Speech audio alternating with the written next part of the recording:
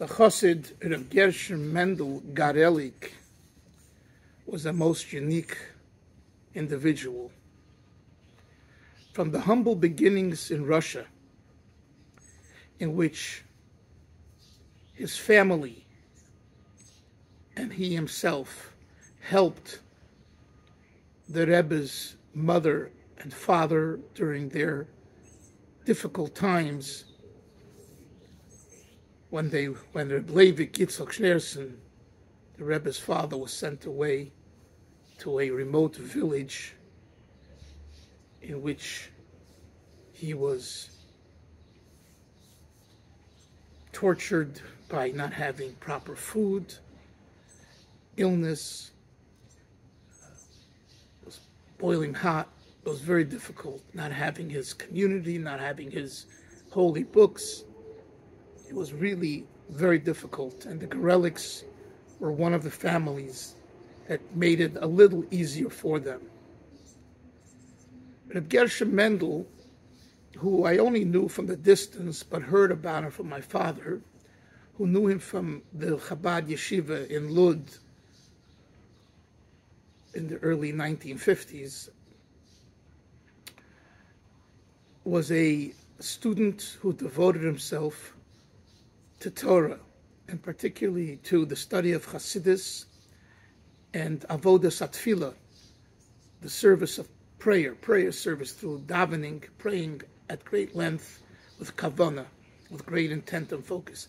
My father tells me he remembers where they learned it was called the Pardes. It was like a vineyard,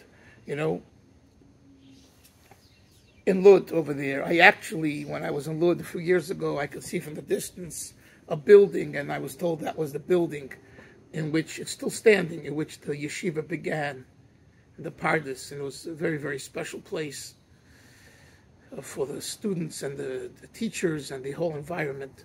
Anyway, he remembers the way they would Shabbos, Gershom Mendel and his best friend, Reb Label Raskin, who was a Shliach in Morocco, and Reb Gershom Mendel was a Shliach in Italy. When they were students, how they would walk together in the Pardes, it felt like they're holding, they're so close, they were walking with this love, and you could see they just had davened, they just had prayed, and their faces were red, and they were talking about God and Chasidism and the Rebbe and Hiskashrus and connecting and all of that. So he comes to America in the early 50s, I think 53, 54, 55, something like that.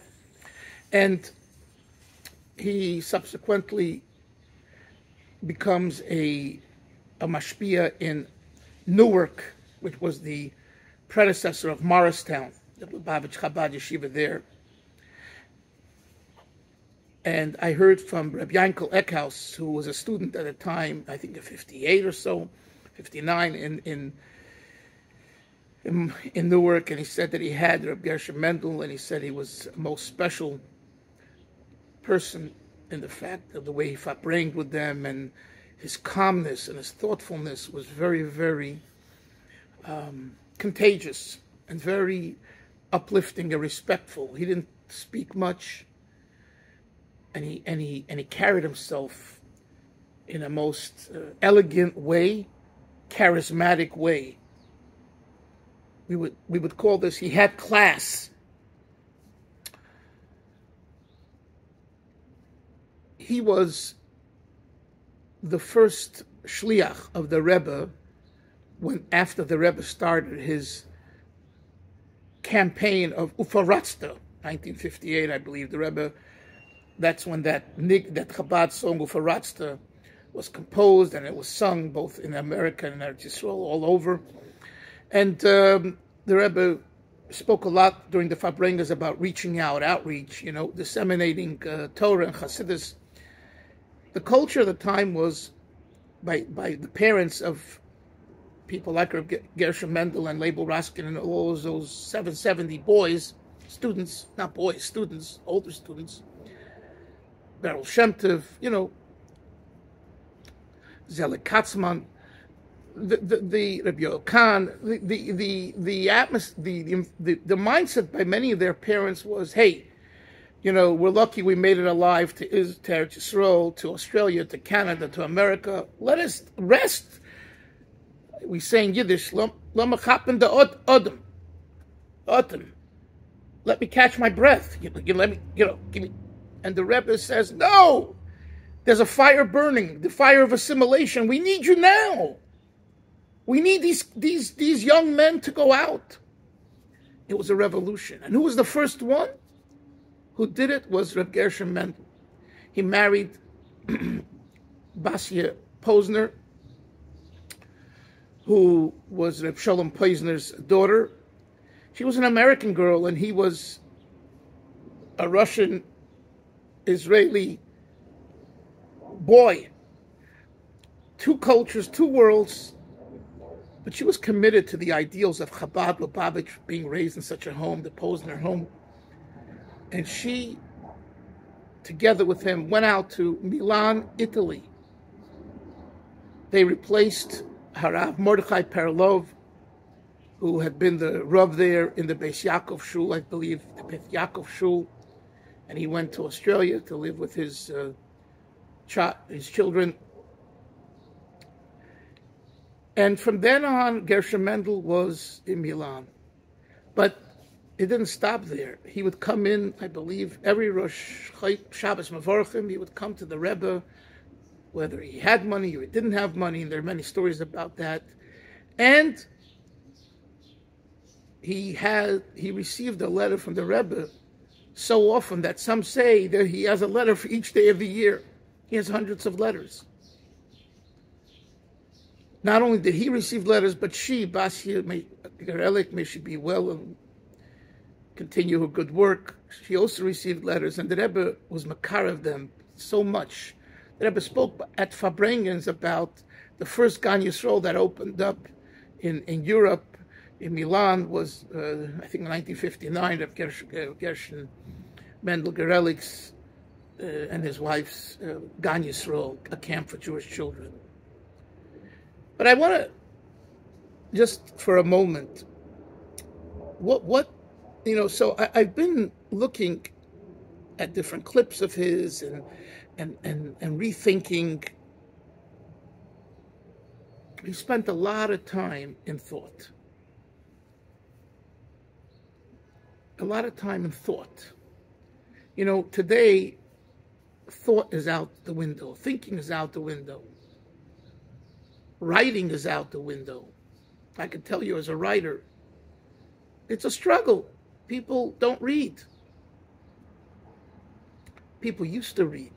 Today everything is on the phone. You have everything instant gratification. Thinking, imagine sitting and thinking for an hour, 2 or 3, about God, about Rebbe, about connecting, Chasidism. It's an art of the past. And I think this is something that we learn from such a person who, he wasn't from those shluchim that built big buildings and brought in hundreds and hundreds of shluchim, other shluchim, to work for him and under him and with him, etc. He had some of that too, but his main thing was a different style, as his sons, Reb Levi Gerelik, a friend of mine, a childhood friend, and his younger brother Yossi Gerelik, have said publicly. He would come to 770, and there he was like a different person. They say the story that he once came from Morristown, from Newark. He came out on Kingston Avenue, there's a train station, and he saw the Rebbe entering or coming out of 770, and he said to himself, and he went right back down to Newark, to the yeshiva. He had an urge to kiss and hug and feel the Rebbe and be with him. And he saw him, and it was satiated, and he went back to his job. In a way, he was the quintessential Chassid who represented Hiskashrus, connection to the Rebbe, to Chasidis,